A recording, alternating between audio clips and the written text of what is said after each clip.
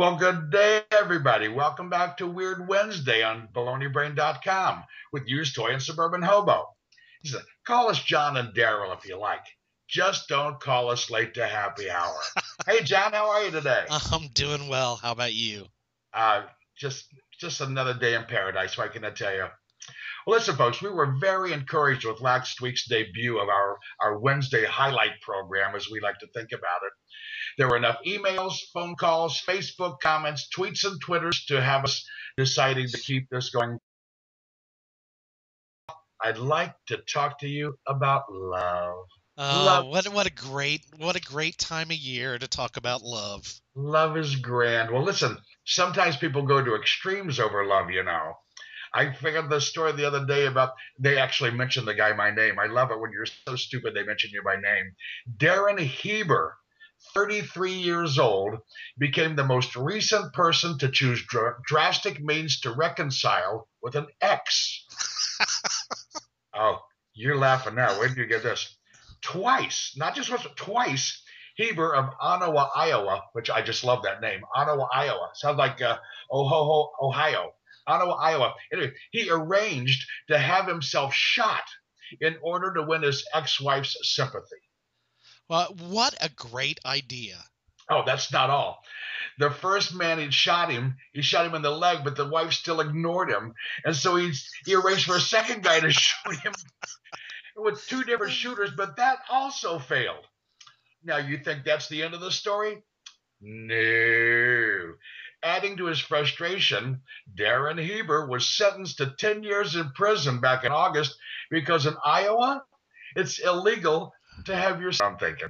With the idea of isn't love in the air, we've got a story from Canada. Sales of sex toys are up in Canada because of the NHL lockout. Eh? They've exploded. The, Sales are the up. gun sales or no, never mind.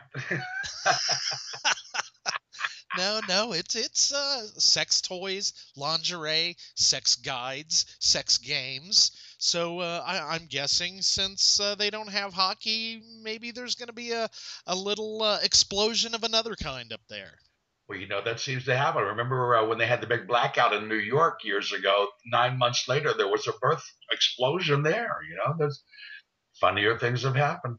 It Well, makes me think of, oh, Canada. I love it.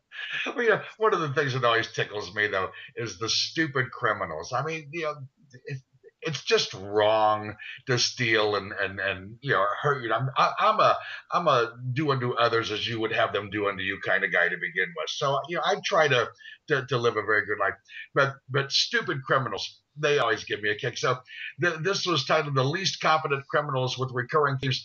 There was a guy in Knoxville, Tennessee, who he hijacked the car at gunpoint, but he had to give the car back because it was a stick shift and he couldn't drive a stick shift. Uh, But so let me maybe give you.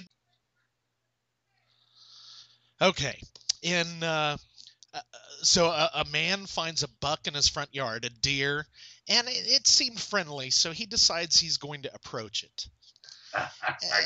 As he approaches it, the deer attacks. So No. the guy jumps into the back of his truck to try and be safe, try to avoid the deer who's trying to charge him. And the deer gets in the cab of his truck and gets the man cigarettes. Whoa. He's probably got a very sincere habit. So the deer starts chewing up the man's cigarettes. The guy calls the police. It takes a taser and 5 men to restrain the tobacco addicted deer. So let me just make sure I understand this. He chewed up the cigarette. So did he put a little pinch between his cheek and his gum rather than light up? I'm guessing so. Wow. Chew rail red man. Chew mail pouch. It comes in the checkerboard bag. I love this one. Now. This is another Florida story because you know what? Nobody does it like Florida does it. Up in the Panhandle, up near Fort Walton Beach, there was a guy who was busted by the police on a DUI. They assumed that he was drunk. The town, believe it or not, is called Niceville. That sounds like where Santa Claus ought to live, right? Niceville, North Pole, America. But anyway, the Niceville cops determined that Kelvin John Lenoir was impaired after they pulled him over, and he couldn't complete parts of the field sobriety test due to some fairly obvious signs of intoxication, like vomiting and swaying.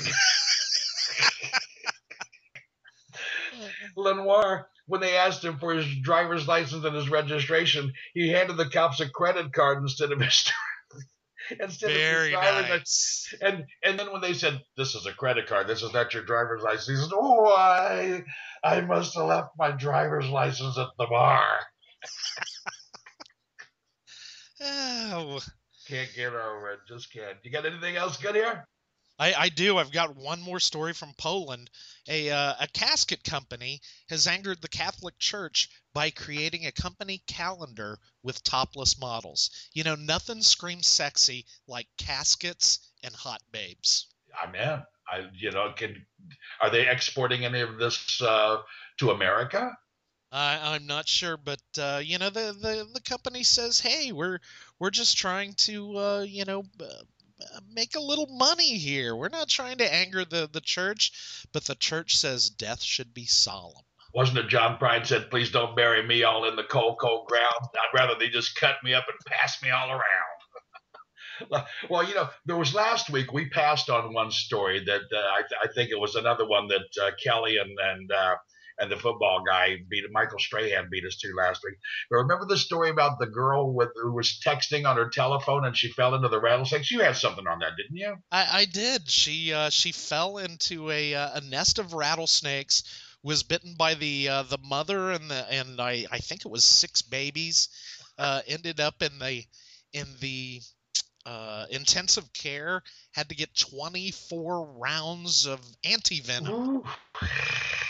You know, it just goes to show you texting and rattlesnakes don't go together. Well, they got all these. There was a texting story this week from Alaska. This lady up there lives on like the side of a mountain. There's a 60-foot cliff up near Kodiak, Alaska, and she had to be rescued because she was texting a friend and she fell off the mountain. This texting stuff. Wow. They tell you don't text when you're driving. Now it appears you shouldn't text when you walk. There are people who can't chew gum and walk, and now they're trying to get them to text and walk at the same time. I'm thinking we got problems here. We might ought to Don't think the whole thing. don't text. Get yourself a nice rocking chair. Use that when you text. And I think that's a great idea. Well, listen, John, it's great visiting with you again, too. And again, it just goes to show that nobody does it stupider than human beings. I love it. We'll plan on seeing you again next week, folks. We hope you've enjoyed our Weird Wednesday, and check us out. Leave us a comment on baloneybrain.com.